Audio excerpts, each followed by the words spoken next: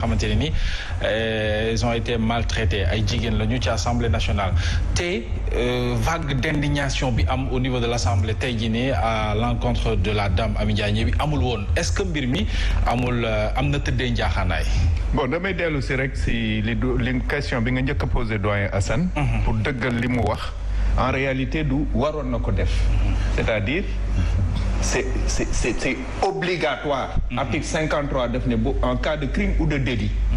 Le président de l'Assemblée nationale doit faire un PV et saisir immédiatement le procureur. Absolument. Donc il devait le faire. dañ ko tënk. Absolument. waruloon xaar ci saa si la ko waroon def parce qu'il y a eu un délit de coups et blessures. Grave. Cette image on ne l'a jamais vue à l'Assemblée nationale bu nit ñi def confusion de genre. Mame Diarra Fam kenn mës ko dóor Assemblée nationale. Ah oui? Non. J'ai fait toute la 13e législature avec elle suma xarit la ñooy toog ensemble. Ok. kenn mës ko dóor. dinay jóg souvent nag wax ñu kii xiiroo ngaayoo xeex mosul am Assemblée nationale à part diggante. député de Ousmane Sonko ak le député de Louga la nu mu tuddati. Mbéri Sylla te ci hall bi la woon te en réalité jotuñ sax dóorante les gars les ont séparés.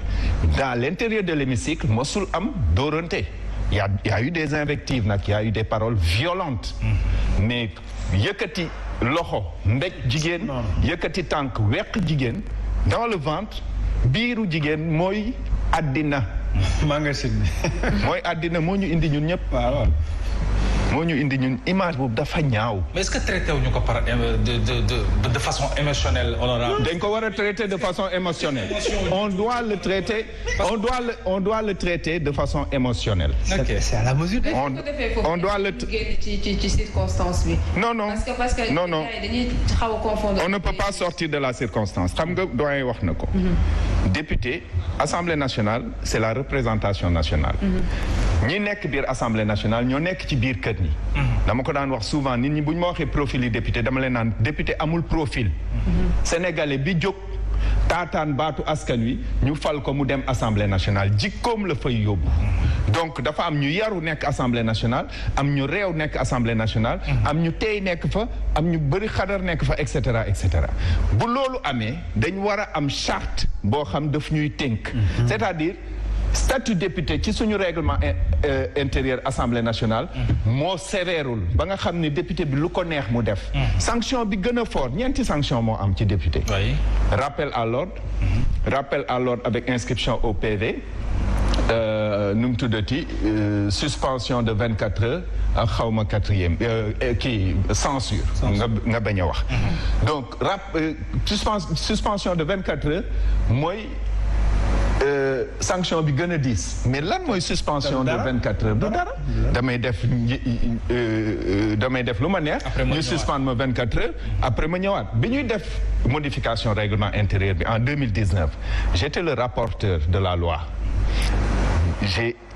toute la loi c'est moi qui l'ai écrite j'avais proposé dans la partie statut du député bu député defee écart par rapport à l'article par rapport au chapitre 15 fi ñuy wax la discipline du député nga xam ne dañ ne l'Assemblée nationale est le lieu du débat démocratique et contradictoire il doit être serein il doit être impersonnel et il doit être courtois serein da nga war a dal courtois da nga war a am respect ci sa morom impersonnel waruloo adressé wu à ton collègue loolu la malgré les faits malgré ñu koy défendre te dañ ko war a défendre loolu la Amy Ndiaye ñi bi def elle s'est adressée directement à un collègue quand ton collègue pose une question à un ministre tu n'as pas à venir répondre à la place du ministre le député c'est pas ça son rôle Assemblée nationale daf koy tere mais ñoom xamuñu loolu parce que honorable dëgguma la sax mais parce que ñàkk respecté nit yi moom la ñu nemmeeku ci ñoom parce que déjà nit day wax sax nga koy uyee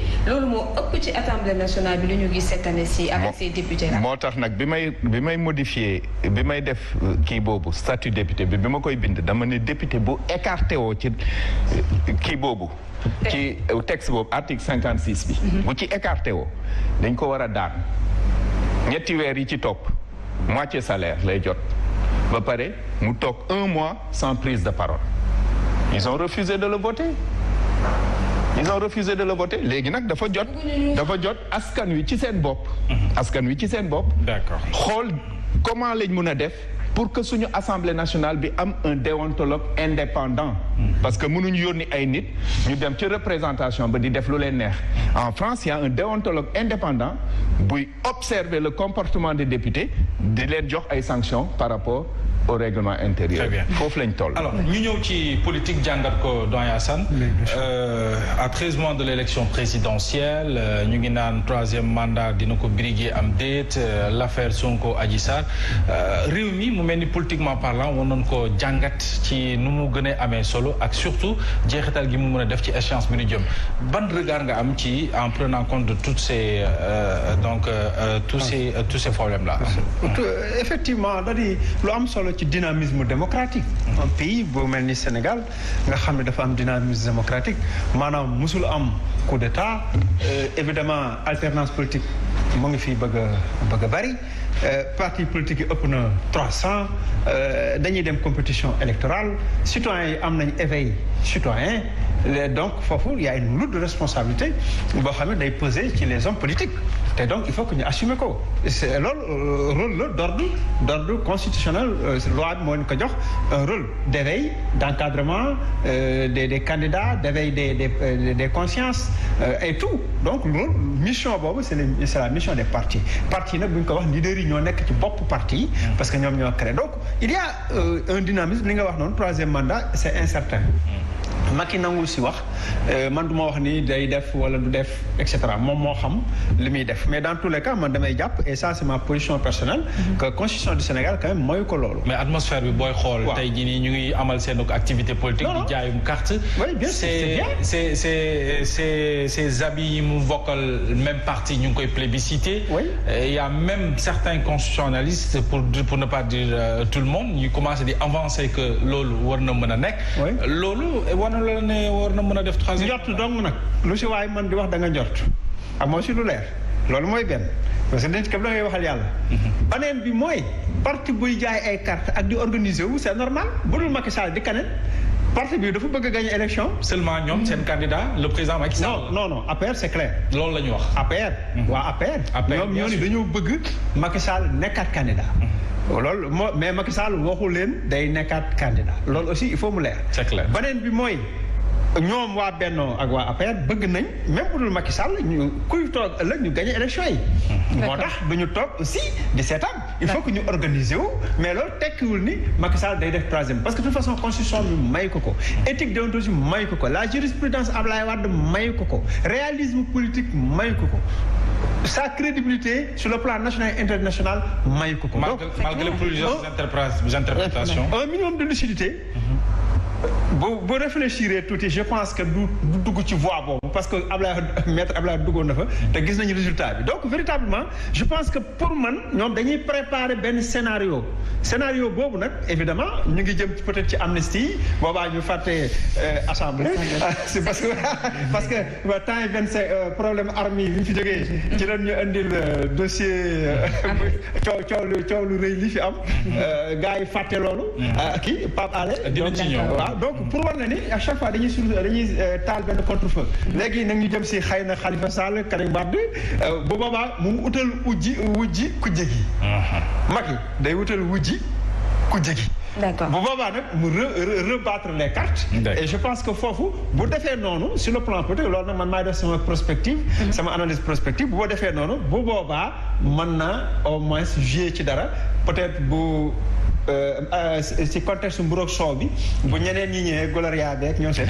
amaana nag peut-être mu amaat dara. D'accord c'est clair l'actualité également dominée par confrontation bi amoon ci diggante Ousmane Sonko ak kii di Adji Sarr tey d'abord ban jàngat ngay def ci comportement bi la yoon bu leader bu Pastef ndax d'habitude da daan def sortie avant muy dem wuy ji mais bi la yoon defu ko. non mais c'est très bien lii mooy attitude républicaine citoyen nga benn citoyen comme yow. accusé na la de viol porte na plainte ñun xamuñu ku nekk ci ginnaaw ou pas mais moom mi ne ci kanam lañ gis Adji Sarr mu porte plainte mais demal wuy ji nga wuy ji sa juge d'instruction moom juge d'instruction àttewul c'est un super enquêteur nga xam dafa ay pouvoir exceptionnel d'enquête day instruire à charge et à décharge moom ñëw fi pour andi le problème bu boobaa bu gisee ni dara newul ci dossier bi mu def renvoi kii sans suite classement sans suite. bu dossier ne mu gisee ne ay éléments ngi ci mu renvoyer devant une juridiction compétente pour jugement boobaa moom du juger. Voilà tout ce qui se passe maintenant heureusement nekkul sous mandat de dépôt évidemment. parce que ñaare aussi bu ñu la accusé de viol si bëri dañuy nekk sous mandat de dépôt. gis nga Sitor Ndour et cetera. gis nañ fi ay cas. mais heureusement ak pression populaire bi amoon mois de mars tax na évidemment ñu éviter yóbbu ko sous mandat de dépôt. donc mu ngi comparaître libre.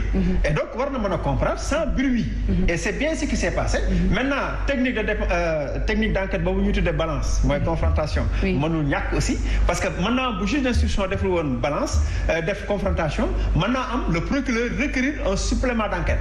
mais ci moment bi muy defee confrontation bi am na yeneen yoo xamante ne ñu ngi leen doon war a déglu ci dossier bi te dégluwuñu leen. xam nga nag li ma gën a naqari ci dossier bi gars yi dañu bëgg a jàngal juge d'instruction bi liggéey man loolu daf maa métti da ngay gis ko fàq fële di wax juge d'instruction bi nu war a liggéey naan dossier bi dara nekk ci table ci benn PV fa nekk xaw ma procès verbal médecin certificat médical ma ne est-ce que yow mën ngaa xam juge d'instruction bi lan moo nekk ci table am. est-ce que war ngaa xam juge d'instruction bi nu muy liggéeyee.